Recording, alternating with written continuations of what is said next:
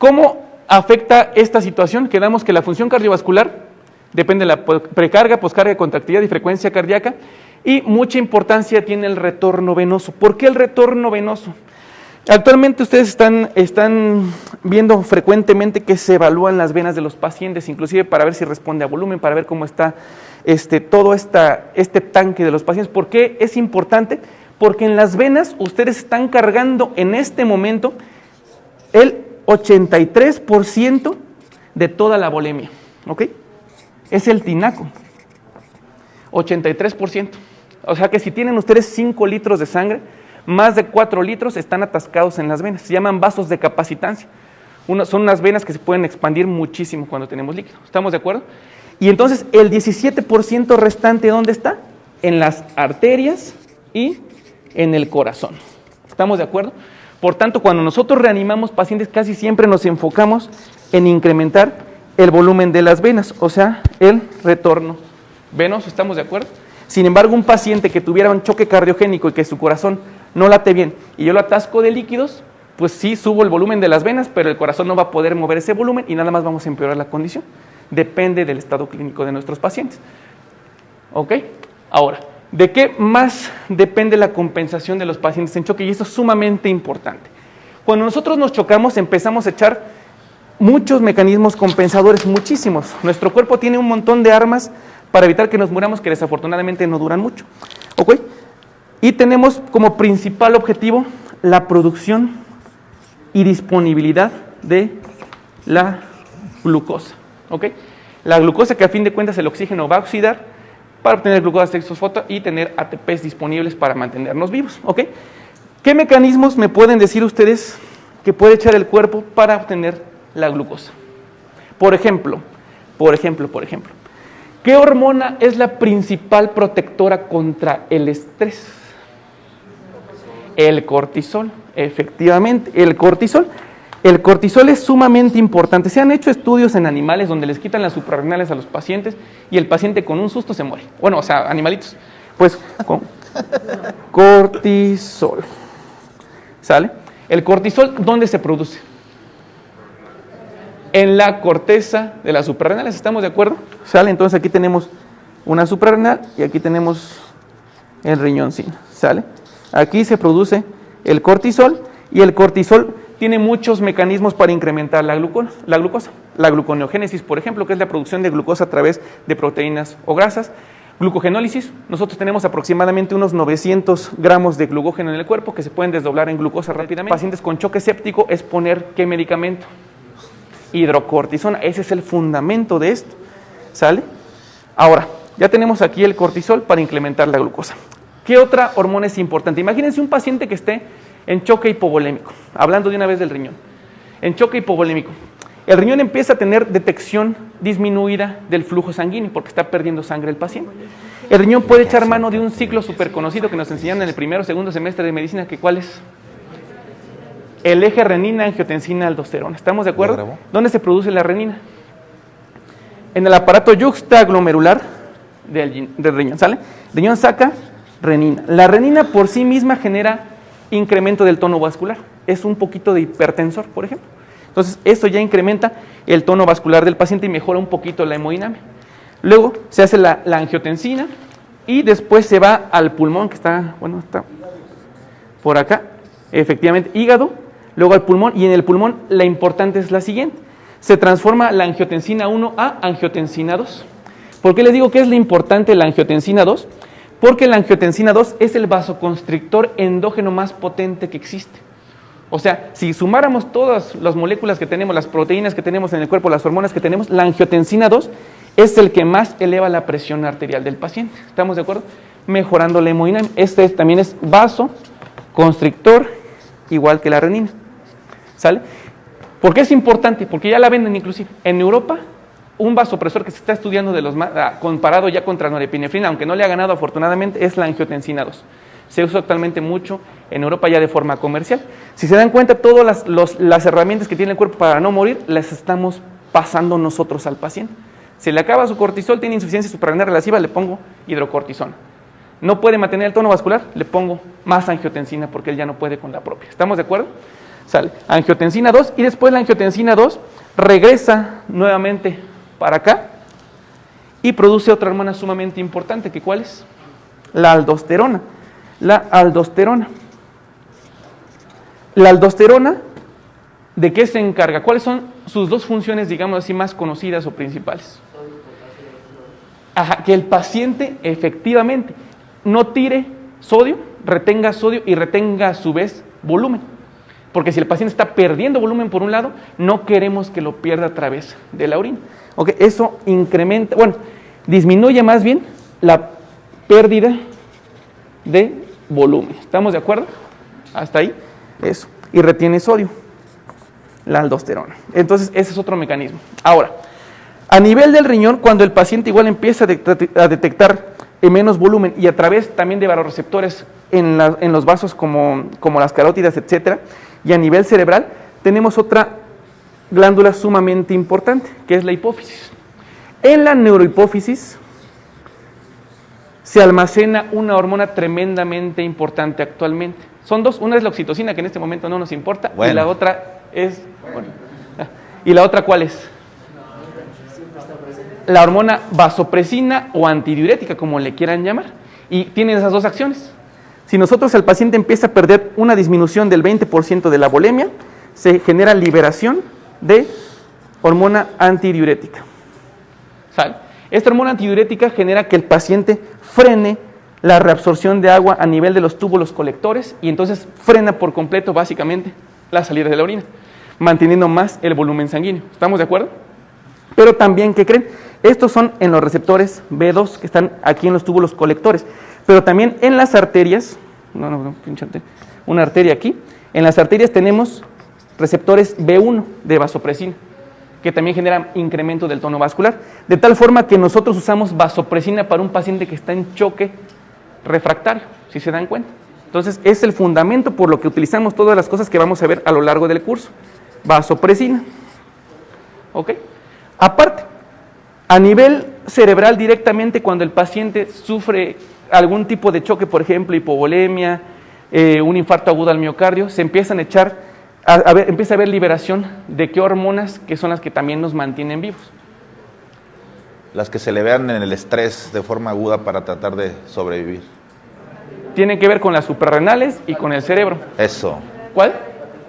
Las catecolaminas. ¿Y las conocidas cuáles son? Tenemos tres comunes: norepinefrina. ¿Qué otro? Epinefrina o adrenalina, como le quieran llamar. ¿Y qué otra? La dopamina. La dopamina, que ya la dejamos en el olvido casi siempre porque la utilidad clínica de la dopamina es mínima actualmente, pero la que más utilizamos actualmente es la norepinefrina. Okay, la norepinefrina genera dos acciones: uno, que es un vasoconstrictor potente, y dos, genera un poquito más de fuerza de la contracción cardíaca. Tiene un efecto inotrópico leve, pero un vasoconstrictor adecuadamente bueno. Entonces, la norepinefrina actualmente es el vasopresor de elección para cualquier paciente enfermo. Cuando no tenemos norepinefrina porque se nos acaba, es la única justificación para empezar a usar dopamina. Y si no tenemos ninguna de las dos, es la única justificación para empezar a usar adrenalina. De forma que en un paciente, por ejemplo, en choque con disminución de precarga, disminución de poscarga, por ejemplo, de choque séptico, podríamos usar mezclas de vasopresores. Sin embargo, no podemos usar vasopresores con el mismo mecanismo de acción. Por ejemplo, sería una tontería ponerle norepinefrina con dopamina, con adrenalina, por ejemplo. Mejor le pongo norepinefrina y le sumo vasopresina, porque esta va a actuar en los receptores alfa y esta va a actuar en los receptores B1, y ya tenemos dos formas de apachurar nuestra arteria.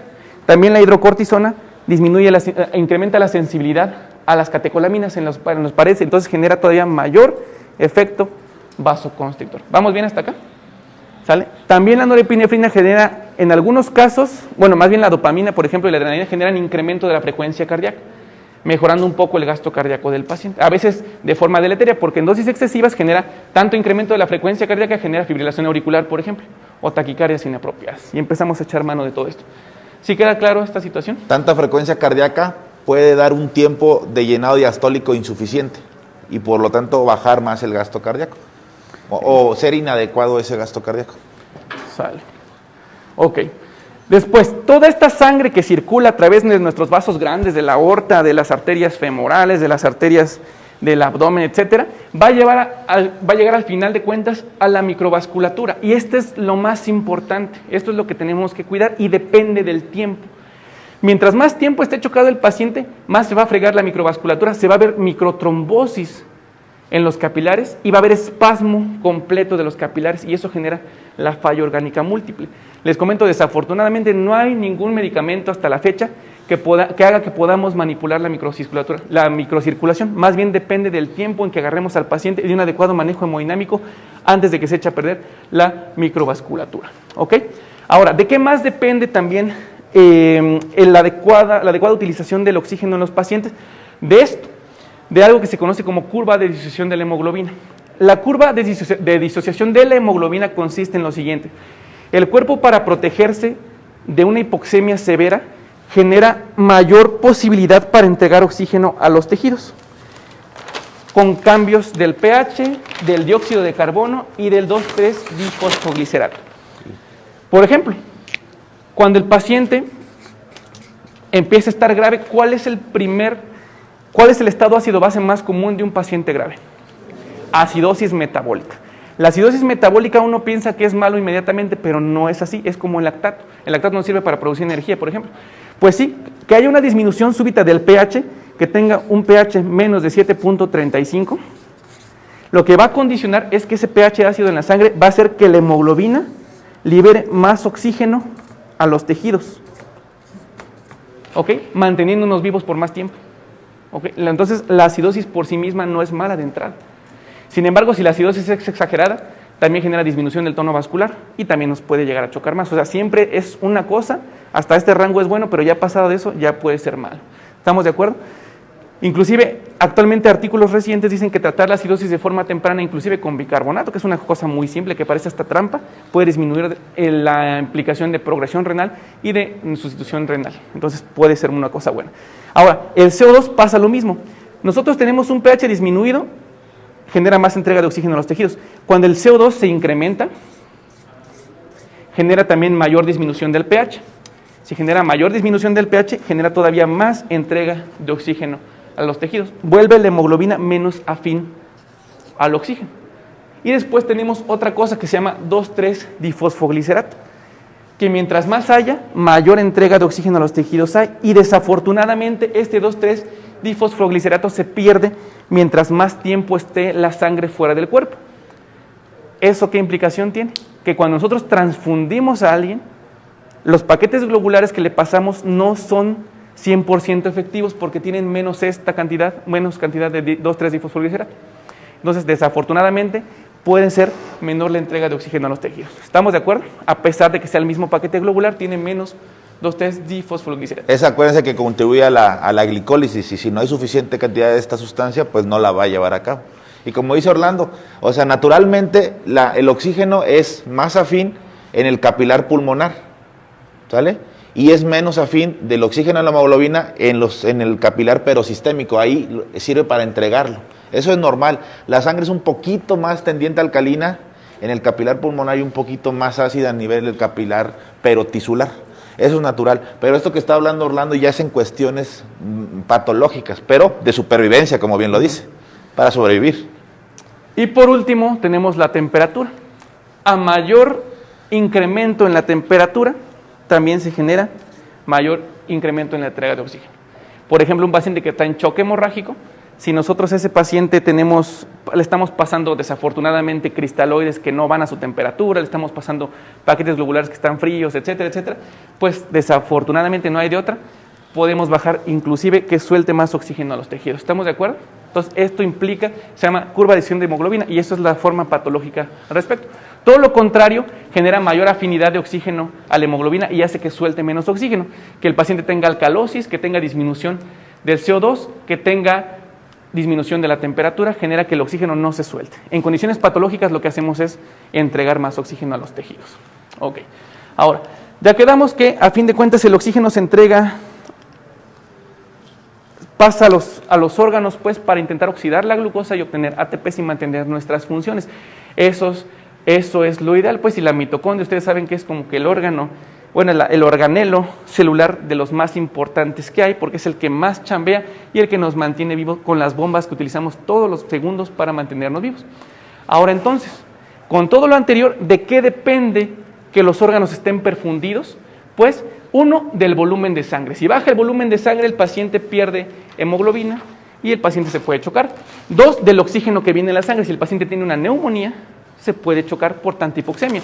Si el paciente pierde hemoglobina por otras causas, que no sean una hemorragia, por ejemplo, que tenga anemia crónica el paciente por enfermedad renal crónica, que tiene 6 de hemoglobina, por ejemplo, y aparte le condicionamos un estrés agregado, pues más choque va a tener ese paciente. Función cardíaca disminuida, un infarto agudo al miocardio, una miocardiopatía séptica, una miocarditis, etcétera, un aturdimiento miocárdico por un trauma de tórax, etcétera. Disminución del tono vascular, choque séptico, choque anafiláctico, choque neurogénico o alteraciones de la microvasculatura, que es la consecuencia natural de que no resolvimos esto a tiempo. ¿Ok? Ese va a ser el problema. Todo esto nos va a llevar a choque. ¿Qué podemos hacer nosotros como médicos? Pues restablecer la volemia, ponerle oxígeno, ponerle hemoglobina al paciente, mejorar el inotropismo cardíaco y generar vasopresión con vasoconstrictores, pero acá todavía estamos lejos de una terapéutica adecuada. Básicamente podemos modificar la macrocirculación con medicamentos, pero todavía no tenemos uno que hayamos descubierto que va a disminuir el daño microvascular, ¿sale? Idealmente nosotros tenemos que identificar al paciente aquí en esta zona, antes de que se choque. ¿Sabes que, por ejemplo, Eider, que les llega a urgencias con 130 de frecuencia cardíaca, por ejemplo, ya va a empezar. o una presión sistólica de 100, a lo mejor es hipertenso y no sabe, por ejemplo, y está taquicárdico, y digo, bueno, pues ¿por qué está taquicárdico este vato, no? Y no le duele nada, no le duele nada. Y dice, ¿sabes qué? ¿Por qué está taquicárdico? Lo dejamos ahí viendo en observación a ver taquicardia, pues... Y como soy diabético, tengo un absceso renal. Pues, y lo dejas y 12 horas después empieza con fiebre, empieza con piel moteada, ya le empieza a doler la panza y dice, no, sí, ¿sabes qué? Me duele acá. Y si tiene tuvo una cistitis ahí, que se le complicó luego con un absceso renal, le subió la infección y ya nos dimos cuenta tarde, ya estaba 12 horas chocado, por ejemplo. ¿Okay? Hay que darnos cuenta desde antes. ¿Por qué? Porque ya cuando tenemos choque, si perpetuamos el choque, en 2 horas después empezamos a tener falla orgánica múltiple. Y la falla orgánica múltiple tradicionalmente se le llama secuencial. ¿Cuál es el primer órgano, por ejemplo, afectado? Ustedes saben que es la piel y los intestinos. Los órganos intraabdominales empieza a disminuir el flujo sanguíneo para mantener los órganos vitales. La piel también cierra los vasos para mantener el flujo en los órganos vitales. Después sigue, por ejemplo, el riñón, luego el cerebro, el corazón y los pulmones, luego el hígado, y luego hematológico y se muere el paciente. ¿Okay? Esas son cosas bastante comunes. Y pues ya aquí sigue la muerte. Por eso hay que entrarle aquí, o por lo menos identificar al paciente en choque para evitar que progrese rápidamente a falla orgánica múltiple. Ya entrando en falla orgánica múltiple, las secuelas pueden ser pues bastante más. Aquí tenemos unas fotos, unas microfotografías de campo oscuro a nivel sublingual, que es una terapia que están viniendo en otros países. Bueno, es una herramienta de monitoreo que se está utilizando en algunos otros países sin evidencia de mejoría en mortalidad, en la que se observa un colapso completo de la microvasculatura a nivel sublingual cuando el paciente está en choque séptico, por ejemplo. Esto es lo que empieza a suceder, inclusive empieza a haber microtrombosis capilar que genera que el paciente, pues esto se mueran sus órganos poco a poco, y esto se ocasiona en parches, no es así como general. Por ejemplo, si tuviéramos un riñón y pudiéramos ver su microcirculación, el paciente mientras más tiempo esté en choque se va a perder esta parte, se va a perder esta parte, se va a perder esta parte, y cuando lo saquemos del choque, pues el paciente va a tener el resto funcionando, pero ya perdió ciertas partes en las que se generó isquemia que no se pudo resolver. Y tiene mucho más riesgo, por ejemplo, un paciente en choque séptico que tuvo lesión renal aguda y que requirió hemodiálisis en ese momento, de que años después él requiera hemodiálisis ya para toda su vida. Eso es algo que se sabe con exactitud. Aquí tenemos otro ejemplo. Esta es una microcirculación normal. Observen, los puentes microvasculares son completos. Y acá observamos un paciente que ya tiene partes completamente tapadas de la microvasculatura. Inclusive tenemos microtrombosis ahí metida. ¿Ok? Digo, esto era una herramienta prometedora hace unos 6 años al hacer microfotografías de campo oscuro sublinguales, pero actualmente se sabe que no tiene beneficio en mortalidad. Esto puede ser equivalente a checar el llenado capilar, por ejemplo, a un paciente. ¿Ok? ¿Vamos bien hasta acá? ¿Con fisiopatología quedó todo claro? Perfecto.